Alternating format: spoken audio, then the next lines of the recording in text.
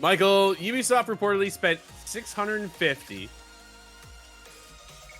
to $850 million on Skull and Bones, buddy. What is happening here? Theodore McKenzie over at 80 level. Yo, the losses from Ubisoft's quadruple A game. Quadruple A game, come on now. Are said to be the main reasons for the studio's downfall, not Outlaws and Shadows. At this point, it's clear that no matter what the final 3 months of the passing year bring, 2024 will, unfortunately, be remembered by many of one of the saddest years in the history of gaming, with one idolized studios disappointing many of their fans time and time again with their uninspiring game titles. One studio that felt that in particular, both financially and reputation-wise, is Ubisoft, which, man, unbelievable. Throughout the year has seemingly been digging itself deeper and deeper with each game released, with Ubisoft's Star Wars Outlaws and Assassin's Creed Shadows dominating the current conversation. Many have already forgotten the game that largely kicked off the studio's 2024 L-taking adventure, a quadruple A pirate simulator with over 10 years of development behind it. Skull and Bones.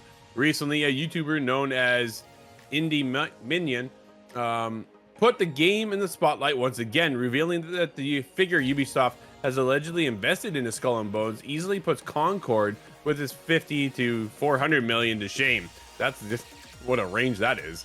But according to Indie, Ubisoft has spent an astonishing 650 to 850 million dollars on Skull and Bones during its more than a decade of development, a figure significantly higher than the previously reported 200 million.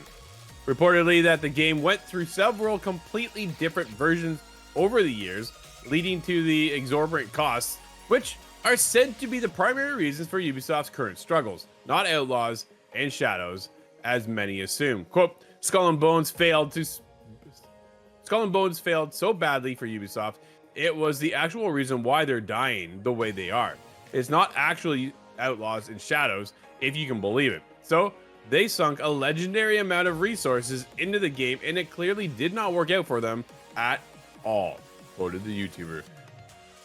Michael. Now, granted, there's a hook over there in Singapore that forced Ubisoft to make the game. But they should have done something other than costing themselves $600 to $800 million, man. Like, what is going on? And there's no way, Yves Guillemot, this is a quadruple A game, because there's a very small community right now that actually even cares about this game.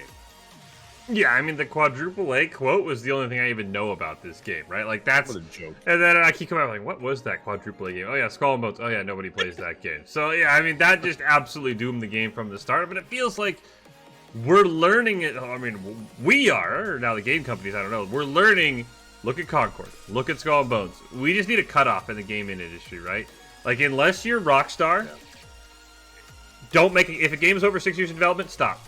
Just as soon as you hit year 6, put the game down, walk away, or release the game and try and get your money back, right? Like, Concord, 8 years. Skull and Bone, 10 years. We're clearly hitting this mark where if you go over 6 years, and again, unless you're a company like Rockstar who knows, maybe GTA 6 will flop. I don't know, but we have faith in them. I'm putting it out there. I'm just saying. That's fair. Like, that's fair. That's fair. There are very few games that have come out in the last few years that were like, oh yeah, 8 years of development was what this game needed, right? So I feel like that's what we need developers to learn. And anytime, if you're a consumer and you hear, yeah, this game was in development for 8 years, don't take that as a good thing. Run away, wait for everybody else to talk about this game, because it feels like the longer games are in development, the money goes up, the product doesn't go up either. Yeah, so currently right now over on Metacritic, the game sits with a 3.3 out of 10. Quad A. Well, yeah, that's like, come on, man. Like, Yves Guillemot. And right now they're in actually conversations, from what I understand, too, with Tencent about selling to the company.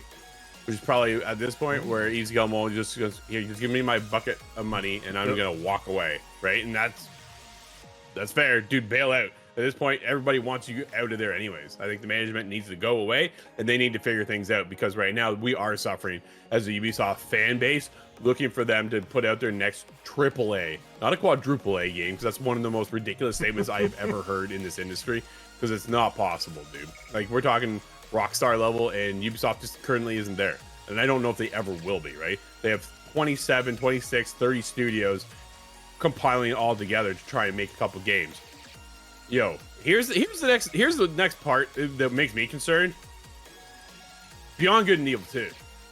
Dude, it's gonna fall in the same situation. This is where we're going down that same rabbit hole, right? Where their next quadruple A game is gonna be announced. It's gonna be Beyond Good and Evil 2, and it's gonna tank. And I am absolutely terrified right now, right? Where does that game lie?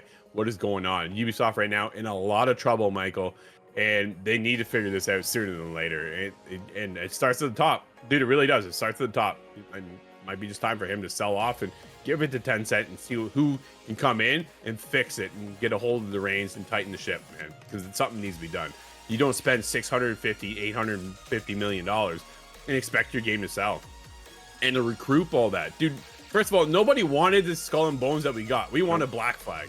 Straight up, dude. We just wanted another Black Flag. If they would have said, hey, here comes Black Flag 2, dude, all in. Yep. All in. Now, granted, I played a crap ton of, an absolute ton of Skull and Bones, but that was because I was with my brother. But it's still not the game we wanted, especially when you have Sea of Thieves out there. Yeah. Just saying, dude, it's a better game.